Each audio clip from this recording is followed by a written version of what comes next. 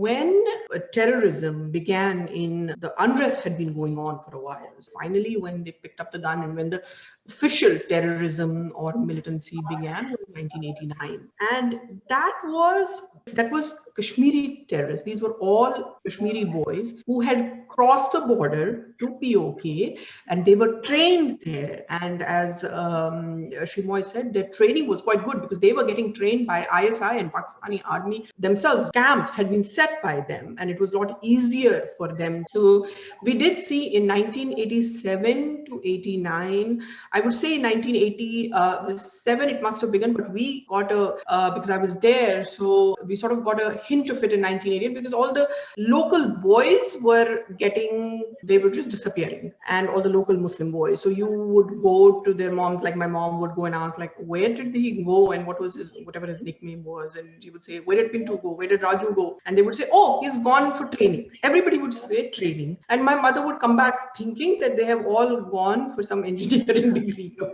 something. So it was very common that, so and so's boys has gone for training, so and so boy, they've all, little did we know what that training meant. By 1989, of course, a rude jolt came, and by the end of 1989, we saw what that training was. But this phase was totally Kashmiri boys getting trained, and it was only JKLF, which was, as Shrimoy pointed out, which was the overreaching militant terrorism outfit. Then after that came the second phase, and this was the mercenaries from Pakistan, who were now coming, Mujahideen phase. This was these people who had come from Afghanistan, who had come from Pakistan, from the frontier areas of Pakistan, and they started forming these groups called Hizbul Mujahideen, Lashkar-Toiba. These we had not seen in the beginning of the terrorism. JKLF would talk about Kashmir, would talk about things, but we all knew that it was an Islamic uprising, but at least they were not quite calling it an Islamist uprising, even though there was no doubt in anybody's mind. The fact that the exodus of Kashmiri Hindus happened clearly made it an Islamist uprising, but they were at least paying a small, tiny bit of lip service to the state of Kashmir. Once Hizbul Mujahideen and Lashkar-e-Toiba and all these Pakistani groups personally started coming in, Jaish-e-Mohammed, they started coming in, then it was clearly an Islamist insurgency, and it was made clear. Everybody would remember that Mast-Gul episode. I'm sure Shrimoy remembers that very clearly. Mast-Gul episode and Shahri Sharif Mosque, when he held, when an encounter happened with him and Indian forces. Mast-Gul had come straight from Afghanistan. He was a battle-hardened Mujahideen. Then we saw that phase till 1996. And then Indian forces really got an upper hand on them. Remember that Ikhwan, that had started. Indian Army had started arming the local people against the terrorists, and that was called Ikhwan. They were Ikhwanis.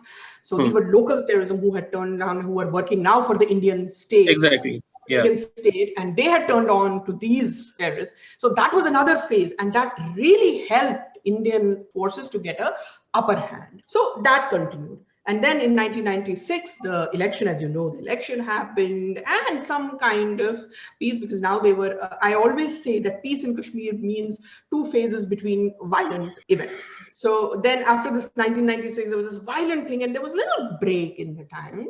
And then the new phase started with Burhan Wani, internet recruited terrorists.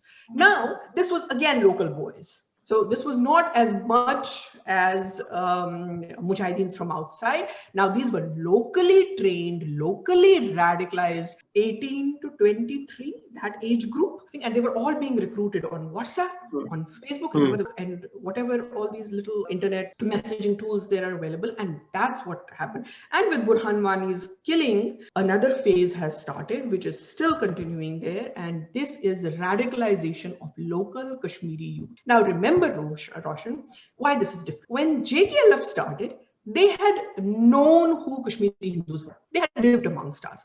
They knew what was the character, a social character of Kashmir. Then Mujahideens came, they had no idea. They were only fighting the Indian state. Now this new crop that has come, these 18, 19-year-olds, they don't even know that there was a Kashmir where Hindus lived. They don't even know there was a